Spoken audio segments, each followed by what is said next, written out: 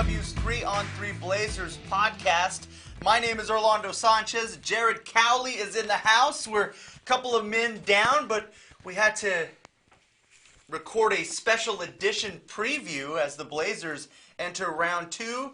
Nate Hansen, MIA today, and the one and only Max Barr's got the day off, but I believe we have feedback from Nate. We do. He sent me some text today. I'm sorry about, I'm kind of playing double duty here with producer, and so I was over there, moving over here. You probably heard some mic crinkling as I was putting my mic on, so I apologize for any audio difficulty there. But we said, you know what, there's a couple of us at the station today. We have to try and get in a preview. Oh, yeah. Because Blazer fever is for real here in Rip City.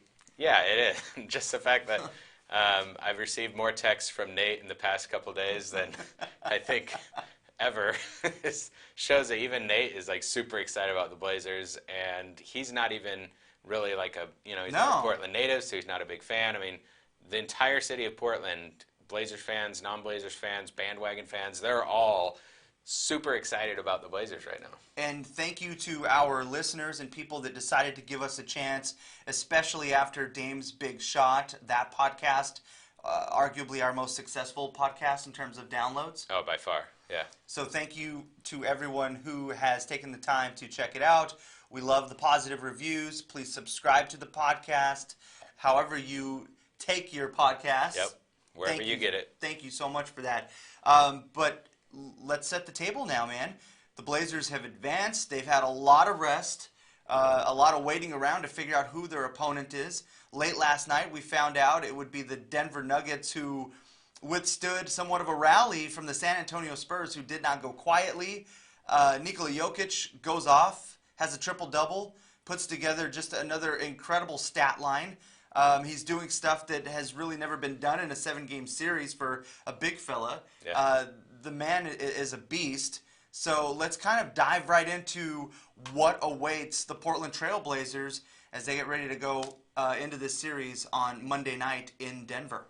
Well, like you said, it all starts with Nikola Jokic. He is one of the best centers in the NBA, and he's a center unlike any other center you're going to have to deal with. He's strong. He can operate in the post. He can score in the post. He has great post moves, but he's also he's a great three-point shooter. He's really good in space. He's great in the pick and roll up at the top of the key, especially with Jamal Murray. He does everything, and it's really hard to see. There are very few players in the NBA who can guard this guy, and I don't know which players on the Blazers are going to be able to guard him, how they're going to deal with Nikola Jokic. But you could say the same for Denver looking at Damian Lillard. They don't have anyone who can slow down Damian Lillard, really. And so the more I've researched this series and the more I've looked at Denver and Portland and how they match up, this just looks like it is going to be a very competitive series, back and forth. I think both teams are going to win games on the opposing team's home court. I think this could go 7. I just think this is going to be a very competitive series. And I think that one thing that's going to be fun is you're not going to have the same animosity as you had in the series against OKC. Denver, they're a bunch of good guys. You know, if you watched last night Jamal Murray talking about Damian Lillard, and then today Damian Lillard talking about Jamal Murray, it's like they're bosom buddies. Yeah. They love each other. They're killing them with kindness, man. So it's going to be such a fun series, and Denver is a very good team. Do not discount these guys because they haven't been in the playoffs for a few years.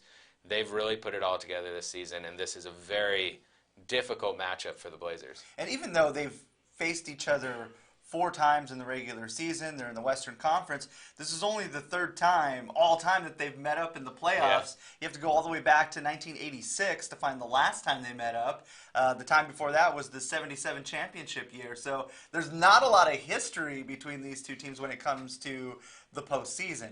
In that 86 series, the leading scorers for each team were Kiki Vandeweghe and Alex English. Oh, man.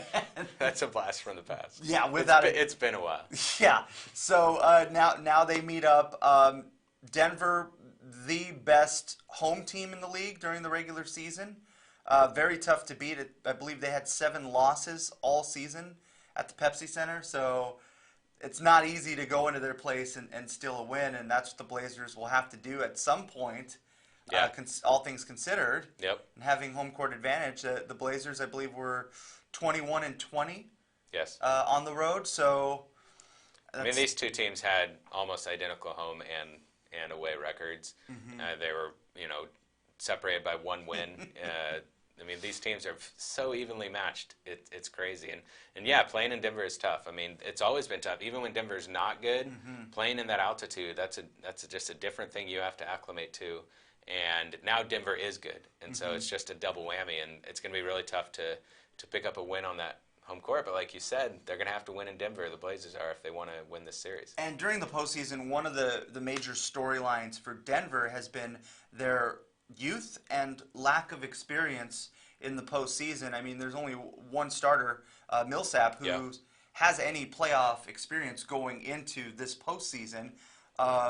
Mason Plumlee is on there, who has playoff experience with the Portland Trail Blazers, and there's three others on there that have at least tasted the postseason, but aren't major contributors on that roster. Yeah, so many of their main contributors are inexperienced for playoffs, and they're also very young. I mean, you look at Jamal Murray; he's 22 years old. And so much of this series, Jokic is going to do his thing. He's going to get his points. He's going to get his triple-doubles. He's going to be great. And just expect that. But so much of what this series depends on for the Nuggets are those guards. Those young guards like Jamal Murray and Gary Harris and Malik Beasley coming off the bench. When those guys hit their shots, Denver is almost unbeatable because of how good Jokic is. And when they don't hit their shots, Denver struggles. During the stretches of the season this year when the Nuggets were losing some games, you looked at the stats and you saw Murray's not hitting shots. Harris isn't hitting shots. I got the stats here. In Denver wins, Jamal Murray had a 57% true shooting percentage. Ooh. True shooting percentage factors in two-pointers, three-pointers, and free throws. So it just gives you an overall glimpse of what a player is shooting. So in Denver wins, he shot 57% in true shooting and 48% in Denver losses. That's a big difference. Gary Harris wasn't as big a difference, but he was 54% true shooting percentage in wins and 51% in losses. So if the Blazers can, Jokic is going to do his thing, but if the rest of, I think they need to defend Jokic one-on-one and play him straight up. And then make sure that the rest of your defenders are not losing their players, because before you know it, Jokic is hitting one of these guys on a cut or he's hitting one of them on a spot up. Such a talented passer. Yeah, he's great. And if you lose sight of your opponent for just a split second, he's finding them. And he's finding them open. And in those situations, they're good. The areas in which the Nuggets offense excelled this year was spot ups, pick and roll, and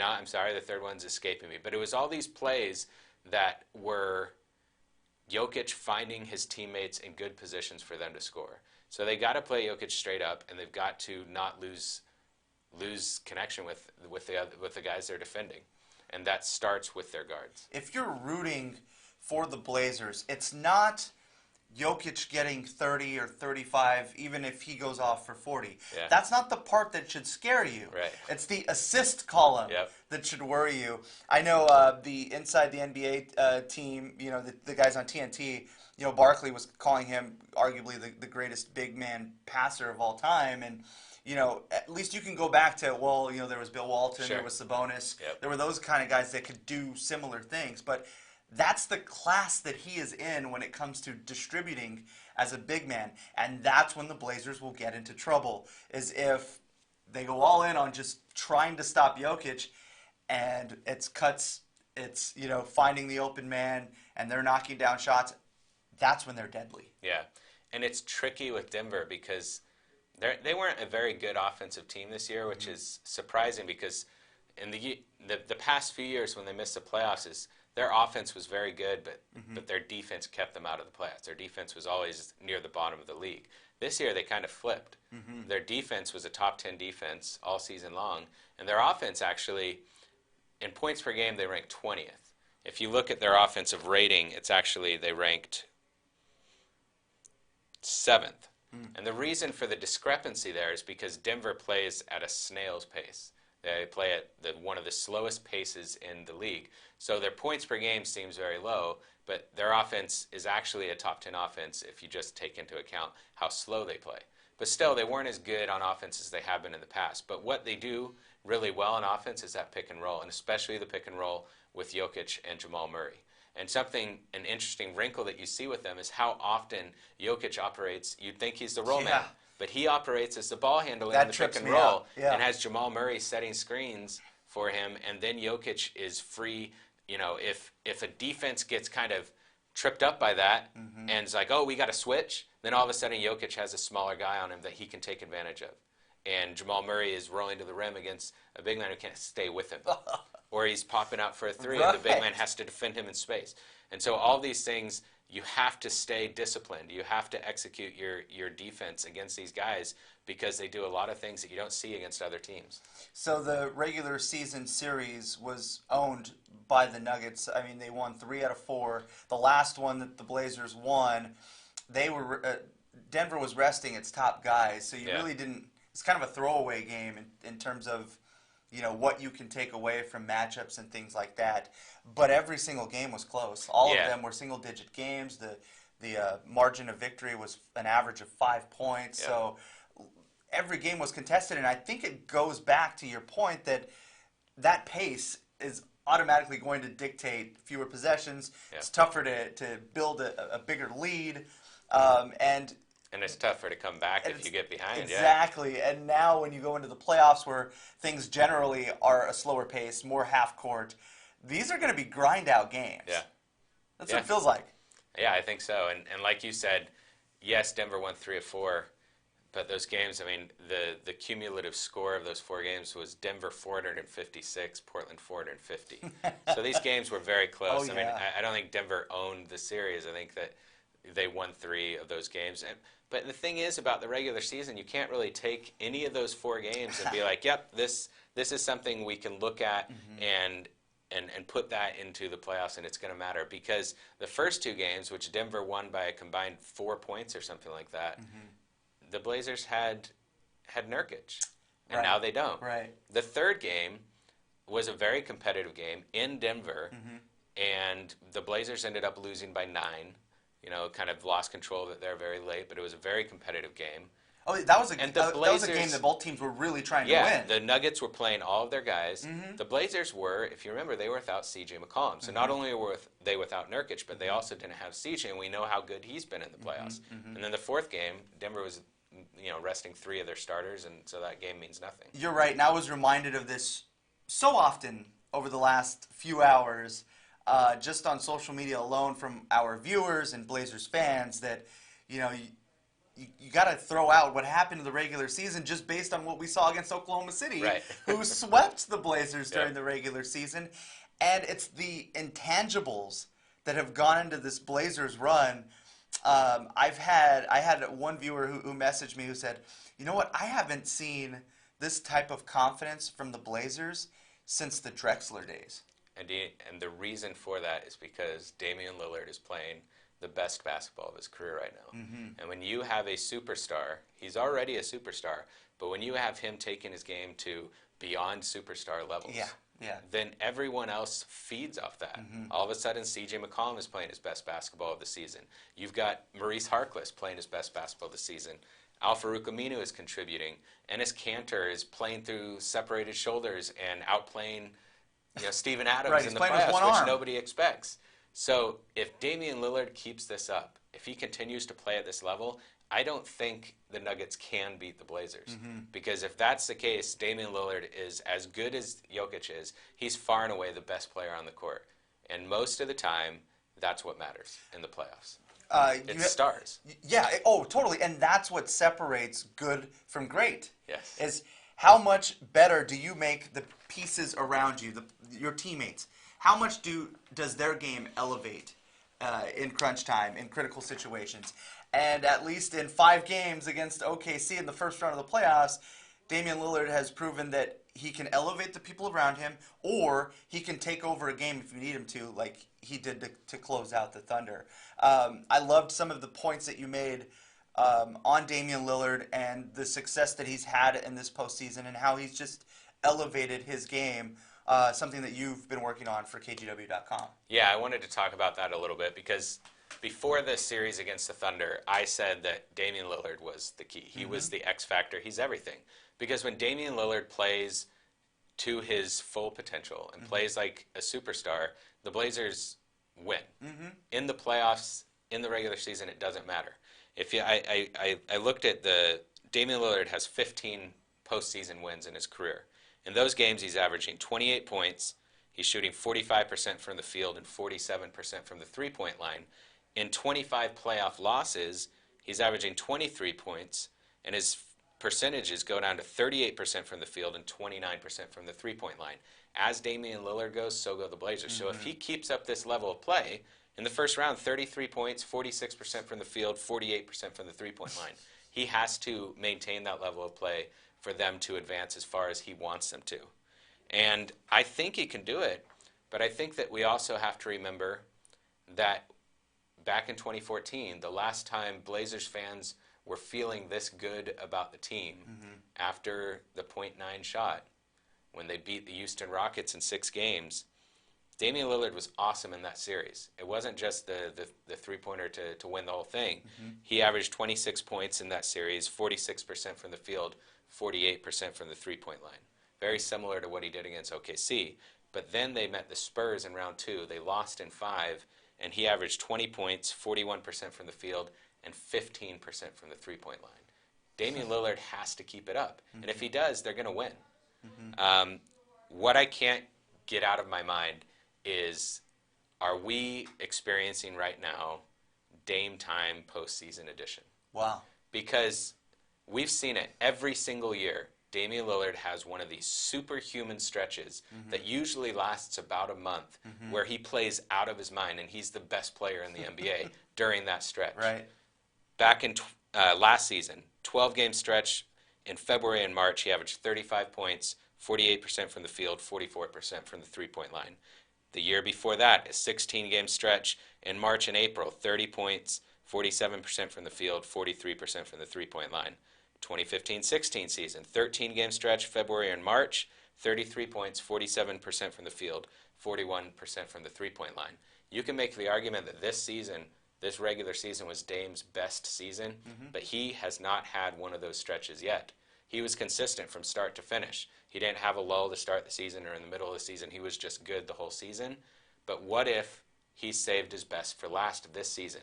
What if that superhuman MVP level stretch of play is going to come in the playoffs this year? If that happens, then the Blazers can get out of the second round and they can challenge whichever team faces them in the Western Conference Finals as well.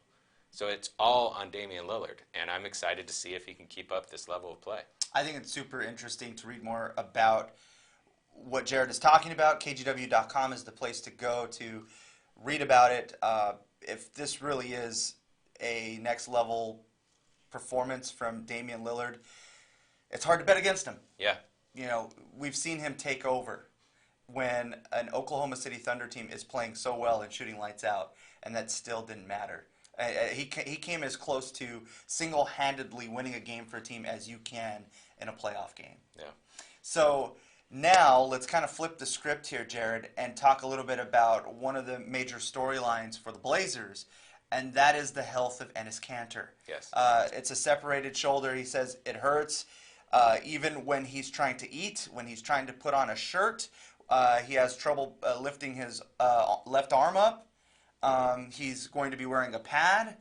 But still, the dude, at least the vibe I got, is he has every intention in playing. I know he told us over and over that it's day to day. Yeah. But the guy is still out there and shoot around. He's still working on his stuff as if he's going to play. So by all accounts, it feels like he's going to try and give it a go. I know that the Blazers updated their injury report today and listed him as questionable. Right.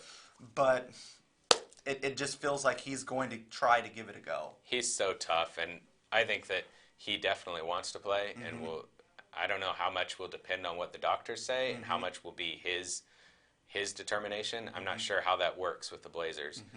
You posted some video on Twitter today of him at practice, And I have to say the difference between the video we saw from Friday's practice and the video we saw today was significant. A lot more spry Yeah, today. and using his left arm a lot more, and he didn't look like he was favoring anything. And so I kind of think that if his arm is feeling better at all, and then he gets another injection like he did in Game 5 to deal with the pain somewhat, he might be able to go and be just as impactful as he was in the series against OKC. It's impressive from a toughness, from a gritty standpoint, because you and I, it was noticeably he was in pain Yes. in Game 1 early. Right.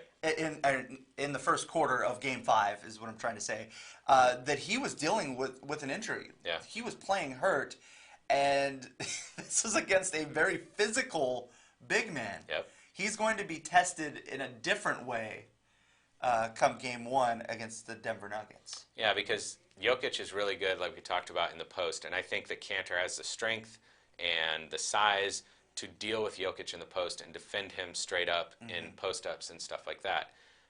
I wonder, I mean, he's going to be tested again when Jokic is out there, especially out, top of the key or somewhere out in space, and especially in the pick and roll. We know Kanter's reputation that he answered his critics in that first-round series and played much better than anyone expected. But he has had trouble with the pick and roll. He has trouble defending the roll man. He has trouble defending in space if he gets switched onto a guard. And that's going to happen a lot more against the Nuggets than it did against OKC. And it's also, the Nuggets are much more efficient at that. They know what they're doing. They're very talented in the pick and roll. The Thunder aren't. They're not a good pick and roll team. So that played to Kanter's weaknesses, that he was able to stay in there and be impactful. And I still think he can. We only have one regular season to go off of where these two guys went against each other. And it was the third game of the season, or the third game between Denver and Portland in the regular season. The Nuggets won that game by 9, but it was very close. Kanter played more than 30 minutes in that game. He had 24 points, 7 rebounds. He grabbed 5 of those were offensive. And he had 4 assists, and he was +6 in a 9-point loss. The reason the Blazers lost that game was because their bench didn't show up. But Kanter was very effective against Jokic. Jokic was awesome, too. He had 22 points, 13 boards, 9 assists, and he was also +6. So they canceled each other out. If the Blazers could get Kanter to play Jokic to a standstill, that's a win. Major win for the Blazers. I don't know if that can happen. I don't know how much he'll be impacted by this shoulder. And again, I mean, that pick and roll, we have to see. And on Friday, he also mentioned, it's not just a matter of pain tolerance. Like, there could be significant damage the more he pushes it. Yes. Like, he's risking it to be out there. And Casey Holdahl had a great question with the Blazers and just said, how much does this impact how you treat it, knowing that this is a contract year? And the way that he answered it was money, because he's like, I'm not thinking about the money right now. I'm not thinking about a contract next year. That would be selfish of me. Right now, I just got to push through. Yeah. So, I mean, that tells you everything you need to know about this guy in terms of saying the right things. And, I mean, his actions even speak louder than words, sticking it out and gutting it out in the last game. And you see what he's preparing to do as we head into the next game. So let's say that he's not right, and he can't give you that type of production to try and cancel out Jokic, which is tough to say, just to think about. Where do the Blazers turn? How do they try and match what Jokic does, or even what Kanter gives you from the others? I don't think you can. I think that you're going to need more from Zach Collins and Myers Leonard, of course. I think that you might play small at times. It seems odd to have Aminu, play center in a small ball lineup, but maybe that's something where that stretches Jokic on the defensive end and wears him out and has a positive impact that way. I also think that if Kanter can't play, if this shoulder's worse than if it's just too injured or he's in too much pain to play, I don't think Collins and Leonard are going to shrink in the moment. I think that they are going to step up. They didn't play a lot in the first-round series against the Thunder. And you can look at the bench and say that the bench was a weakness in that series and the bench didn't play very well. But I think in the minutes that they played, Collins and Leonard both had very impactful moments where they helped the Blazers win games, and I think they played well overall. If you look at, I mean, if you just look at like the per game numbers, they look pretty small because they played such few minutes. But if you look at the totals, then you get a better idea of how they contributed. Collins played 68 minutes in that series. In those 68 minutes, he had 24 points, 15 rebounds, and he made 10 of his 17 field goals. So he shot almost 60% from the field. And he played really good defense, especially in games 2 and 4. If you go back and remember the way he impacted the game defensively in those 2 games, 2 really important games that the Blazers needed him to step up and provide that in those wins. And Myers Leonard was the same. 47 minutes in that series, he had 18 points, 9 rebounds, 50% from the field, 8 for 16. And in game 2, he was a plus 17 in 15 minutes and brought a lot of toughness, rebounding. He hit a key three-pointer in the fourth quarter. He had that really important stretch in game 2. So I think both of these guys can step up if their number is called. I think they can do it. And if you look at, this isn't a perfect statistic because you don't know when they get more minutes during the regular season. You don't know if it's because it's a blowout or what the circumstances are. But over a large enough sample size, you can extract some meaning from this. So Zach Collins played 11 games this season where he played 24 minutes or more. And in those games, the Blazers were won. They were 11-0. It's incredible. The games where he played, extended minutes. And in those games, he averaged 10 points, 6 rebounds, 2 blocks, and shot 61% from the field and 39% from the three-point line. All of those stats are better than his season averages. Myers Leonard, he only played 6 games where he played 24 minutes or more, but in those 6 games, and the Blazers were 3-3 in those games, he averaged 12 points, 8 rebounds, and he shot 59% from the field and 50% from the three-point line. I think both those players have strengths that the Blazers can utilize against Kanter. I think Myers Leonard has the strength to guard Kanter in the low post, and he's not a great defender in space, but he can hold his own enough that his value on the offensive end, where he's keeping Jokic out of the paint, he's stretching the defense, he's making Jokic work, that can help. And Collins, I think he's too slight to defend Jokic in the post, and I don't know how that would work, but he can certainly defend the pick and roll well. He can defend on the perimeter, so he can counter Jokic in those areas. So it's going to be up to Stotts. If Kanter can't go, Stotts is going to have to mix and match, find lineups that work, and these guys need to step up, and I think in the moment, I think they will. With those quality numbers in limited time, if they can translate that into more playing time with similar numbers, the Blazers will be all right with that. Yeah. That would be huge to get a similar output from either or both. And if we had seen that during the regular season from them and they had both kind of fallen apart in the playoffs, then it wouldn't be as meaningful. But they both had important moments in that first round series against the Thunder. And I wouldn't say either of them played exceptional. Sure. But they both had moments and they both played well enough that they were contributing when they were out on the court. I do agree with you that if Jokic has his back to the basket, he's going to bully Zach Collins. Yeah. And that's going to be, 3, 4, 5 fouls. He's going to be spending a lot of quality time on the bench.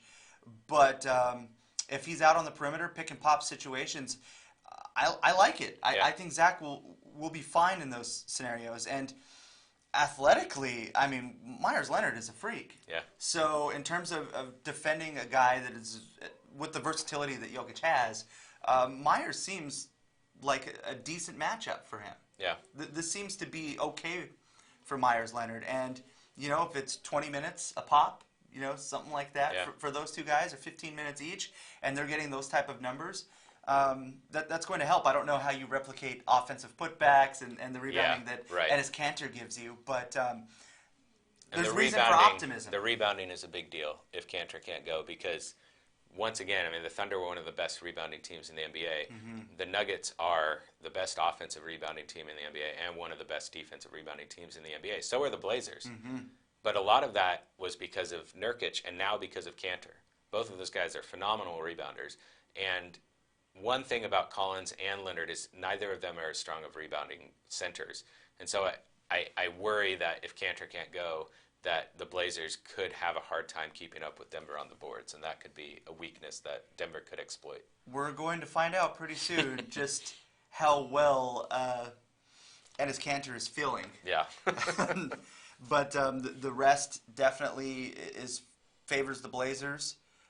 They should be fresh. I expect there to be an early flurry from the Nuggets just because they're coming off of a Game 7. Yeah. They're, 48 hours removed. They got some momentum. There's definitely some momentum. They're at home. Place is going to be crazy. So the Blazers have to withstand that early punch that's coming their way. Yeah. And they have to win one of those first 2 games in Denver, I think. They have to send a message, get home court, take it away from Denver. I think if they go down 0-2 after the first 2 games, it's going to be really hard for them to come back and then win 4 games of those last 5. So they got to steal one of those first 2. And the Blazers have done a great job of shooting the three. Yes. They've been super effective. And I know you've mentioned a lot of the similarities between the Blazers and the Nuggets, and that was one category where they were pretty similar this season. But the Blazers have elevated their three-point shooting. So if they're shooting 40%, 45% from beyond the arc, this is a Blazers win for me because the three, as you know, in this league right now is just the great equalizer, and you can get away with doing a lot of bad things if you can shoot the three. Yeah, one thing to know about that is Denver during the regular season was the number 1 defensive team against the three. They held teams to the lowest three-point shooting percentage in the NBA. So they are very good. They limit the number of three-pointers that teams take, and they defend it very well. They have some good, rangy defenders, and so that could cause Portland some problems. So they're going to have to get contributions from their role players. They've got to have Harkless and Aminu hitting three-pointers, and then Dame and CJ just have to. It has to be about what they're doing and not necessarily what the defense is taking away from them, like we saw against OKC. OKC tried to do a lot of the same things that the Pelicans did last season, right? And they weren't able to because Dame and CJ were so good, and they found ways to get past those blitzes and traps that used to be effective against them. So Denver's a great three-point defending team, but Portland's just been outstanding from behind the three-point line in these playoffs. I know from a national perspective, it's not the sexy series. No. Top billing, whether it's the Rockets and Warriors or it's definitely that. Bucks and Celtics. But I do think that in terms of just a very competitive, close game, exciting finish, I think this series will deliver that. I think so too. I think it's going to be a very entertaining series, and like I said, I think it's going to go back and forth, and this is just going to be a great series to watch. I know early odds makers, last time I had checked, favor the Nuggets in Game 1 by 4 points, which doesn't say much because you usually get about 3 for being the home team. So that lets you know that we're expecting something similar. Exciting times. 7:30 Pacific. Do you want to get into predictions? Yeah, let's do that before the series starts. So I'm going to pick, and I've gone back and forth on this. I think if the series goes 7, I think that the Nuggets will win because of home court. But I think it's going to go 6, and I'm picking the Blazers in 6. And the reason I'm doing that is because of Damian Lillard. I feel like he's on a different plane right now than he has been in his career. I think he's on one of these stretches that is going to last at least through this second round. And when Damian Lillard is as good as he has been in these playoffs so far, I don't think you can beat the Blazers unless you're the Warriors or someone like that. And so I'm going to pick the Blazers in 6. I have struggled with this, as you've mentioned. As soon as I saw the matchup, or even before, I thought, the Blazers are going to come down to earth. There's no way, this has to end. And the more I think about it, I'm like, I don't know how much longer I can count this Portland Trail Blazers team out. Yeah. And I think that experience at some point in the playoffs matters. Yes. I think that Denver flirted with disaster. They played terribly and had a hard time closing out. And if it wasn't for an epic finish or an epic performance from Jokic, I think we're talking about the San Antonio Spurs right now. Or if they didn't have a brain fart in the last 15 seconds, maybe that game has a different outcome. And so I've been trying to talk myself into Denver because of home court advantage. Right. And because of the reasons that you mentioned that if this goes 7 games, I don't know how the Blazers win at the Pepsi Center. I don't know how this goes down. So, like, I've got this inner battle with myself going back and forth. And to your point, just the intangibles that go along with playing in a series like this and what Damian Lillard has been able to do and just bringing out the best in them, it makes it really tough for me to count out the Blazers and what magical run Damian Lillard is putting together individually. And I think you're right. It is bringing out the best in them. Enes Kanter sent this tweet out that says, there's no analytical chart that measures a player's heart. There's no metric to define locker room leadership. You can't quantify a good teammate. That resonated with me as I read this, as I was reading his tweets. And I was like, man, like, mentally, I was locked into Denver, but I'm falling for it right now, man. This fever, whatever's going around me, and just the magnificent play of Damian Lillard. Unlike you, though, I think this is going to come down to 7 games. All right. So I'm going to take the Blazers in 7. Wow. Yeah, this takes a lot because I have to throw out what happened in the regular season just based on what we saw with the Thunder. Yeah. Like, it really didn't matter. And I was convinced that after I saw their 4th meeting between the Thunder and the Blazers, that there was no way the Blazers could win a playoff series, especially against teams that had owned them in the regular season. Yeah. Reason number 1 was the Thunder. Reason number 2 was Denver. And here we are, and they're meeting up again. And you can't measure what Damian Lillard has meant to this team and what he's doing right now. And I'll take Blazers in 7. Yeah, I think that's the difference. That's the deciding factor for me. And that tweet that you read from Kanter, I couldn't tell if he was writing about himself or Damian Lillard. I couldn't either. Yeah. It applies to both. And until this fizzles out, you got to believe. Yeah, I'm going to ride the hot hand. Yep. All right, so let's give Nate a voice here. So Nate texted me a bunch of texts this morning. He started it straight off, Blazers in 7. So, oh, man. Nate is also on the Blazers it's the bandwagon. kiss of death. He said, I think this series is going to be wild. I think Portland wins one of these first 2 in Denver, and I think Denver wins either Game 3 or 4 in Portland. But with the pressure of a Game 7, even in Denver, I trust Dame and CJ more than anyone on Denver. He said, I think Denver is more talented, but I think Portland's experience will ultimately be a deciding factor. And then he said something that was really interesting to me. He said, I wouldn't be surprised at all if Portland does to Denver in Game 1 what the Celtics just did to the Bucks. And we saw the Celtics blow out the Bucks in Game 1. He said, it's hard to say how Denver is going to come out in Game 1. They could be tired and continue to play tight, or they could be completely liberated after finally winning a series. It'll be interesting to see. So there you go. Without a doubt, man. The first quarter will say a lot about the outcome of Game 1 and could set and will set the tone for the rest of the series. Yeah. Because part of you thinks, well, you know what, they've gotten it out of the way. You know, the jitters of an inexperienced team, that the taste of the playoffs, the big stage, like, it's gone now. They can get back to playing basketball. But the other side of you is like, it just gets bigger. Yep. The pressure just mounts even more than it did before, and you face another team with experience and a player and a superstar that is just playing out of his mind right now. Going to be very interesting. Very interesting. I can't wait. It's going to be such a fun series. Any final notes? Anything we need to get in before we say goodbye? No, one more thing. We heard a lot of chants at the Moda Center in the first round series of refs, you suck.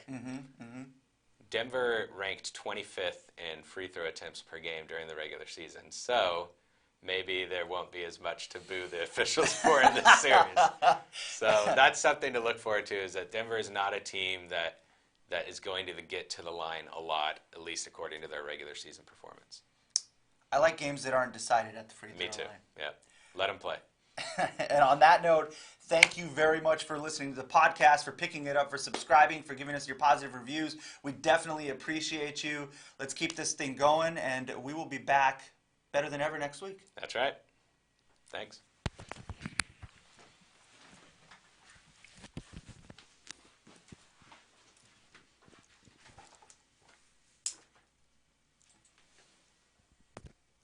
Nice job, man.